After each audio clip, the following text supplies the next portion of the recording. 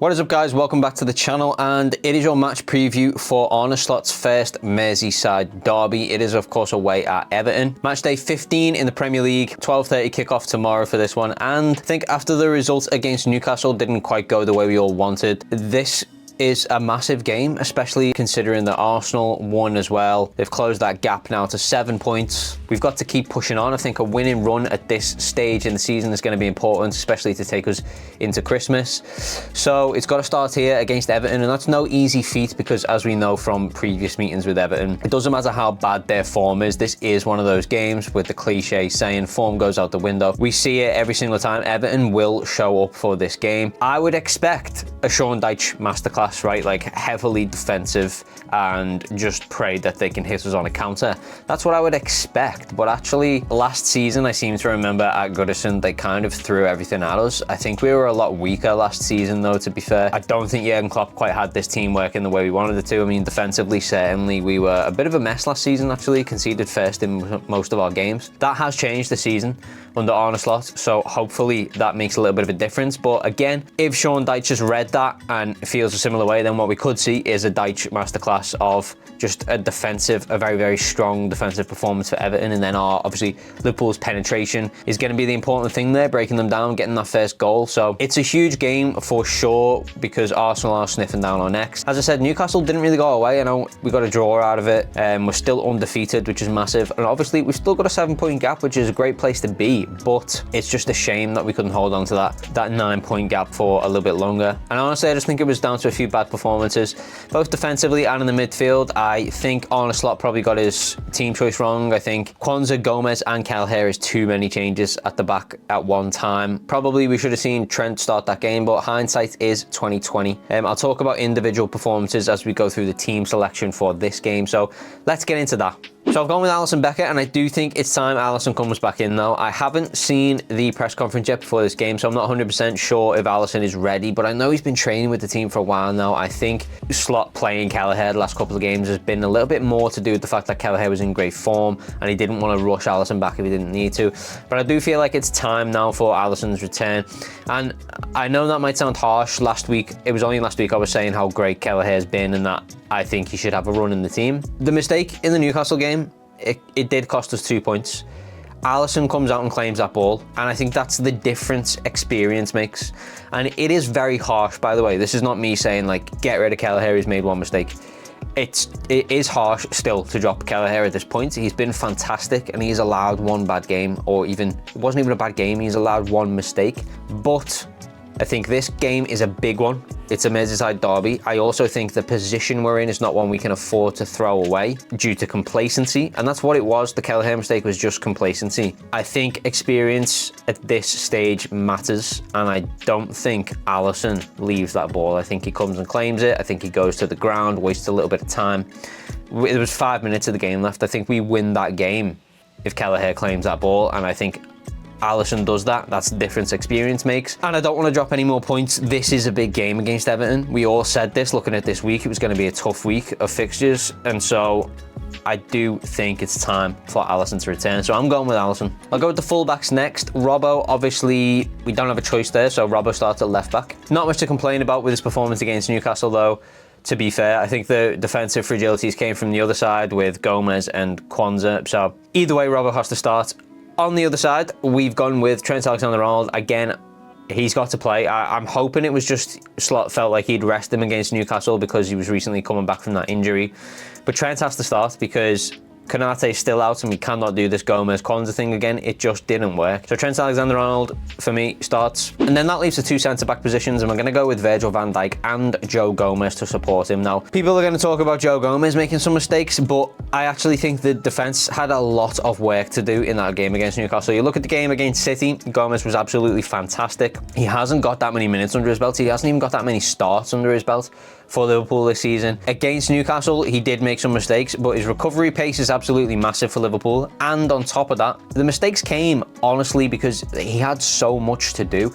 Midfield was shocking against Newcastle, absolutely shocking. I'll get into it when we do the individual players in a second for midfield, but like Ryan Gravenberch had a terrible game. And the fact that we were getting walked through that midfield meant that defensively, these players on this back line had a lot to do. And then, of course, at some point, you're going to expose the fact that Joe Gomez hasn't got the game time, hasn't got the minutes under his belt. And that's important. Momentum is important. Consistency is important. And you don't get that when you're not playing. So it's harsh to judge him, but he's got the experience over Kwanzaa. He's been there, done that, even in a title race, even in the Champions League. So Joe Gomez, for me, is the one that starts. Moving into the midfield, obviously, you can see Endo and Gravenberch there. I'm going to start with Endo. So first of all, Alexis McAllister cannot play. He's suspended in this game after picking up that yellow card against Newcastle. So there is no McAllister. That's a huge loss. The reason I've gone with Endo and Gravenberch is simply Gravenberch has to play. I'll talk about him in a second, but Gravenberch has to play. Now, alongside him, we've got options here. We could go Szoboszlai, Curtis Jones in that midfield. But the reason I've gone Endo is because I just want some assurances. Endo hasn't had that many chances to start. Of course, I'd be starting Alexis McAllister if he was available, but he's not. And I just feel like Endo is a little bit more assured. And look, if it's not working, Slot can make the changes, but I'd rather have that more defensive mindset there because, again, this is going to be a huge game, and I'm kind of unsure how Everton are going to play this because, as I said, last season, Sean Dyche kind of threw everything at us. We were a little bit more fragile, but actually, if you look at this team, he might see that himself. No McAllister, no Konate. He might feel like he could try and get at us a bit, and with the atmosphere at Goodison as well, they're going to make it a cauldron. It could be tough, but that's why I'm going with Endo, because I just think that defensive mindset is going to help us out a little bit. He is very good at sweeping along those lines there, helping out the defensive line. And then alongside them, we've got Ryan Gravenberch, who has been outstanding this season, but had a very, very bad game against Newcastle. Look, everyone's allowed one bad game though, and I think all that shows is that Gravenberch can't play every single game. We were right to be looking at a player like Zubimendi in the summer, and we probably should have got someone, because at this point, you know, you would have loved to have been able to rest Gravenberch or take him off against Newcastle and have a player like Zubimendi there able to come in and play. Because I think, as I said, all it proves is that he can't play every single game, and that's absolutely fine. You know, we can't rely on players to be able to do that. That's a level of consistency that like only players like Mohamed Salah can match. But I think it does show that in January we have to go back in for a defensive midfielder. Either way, hopefully Gravenberch can get back to his best for this game, because the midfield is so important. We win that midfield battle and I think we win the game, and that probably goes for most games, but certainly in games like this where we might see a Sean Dyche masterclass. And speaking of a Sean Dyche masterclass, I'm going Dominic Szoboszlai in the more advanced role there in the midfield. The reason for that is because I think Curtis Jones has been fantastic all season. I think he's great on the ball. He reminds me of a bit of a Gini Wijnaldum. I said that last week. But Dominic Szoboszlai, I think, is just a little bit more penetrating. I think he offers a little bit more cutting into those lines. I mean, you see Szoboszlai in the box taking shots a lot. Curtis Jones, when he does get the ball, when he does take those shots, it's often outside or it's coming in to drive in, like we see with Newcastle, where he'll come in for a cutback or something like that. Szoboszlai, you do see him get forward a lot in that sort of almost shadow striker role.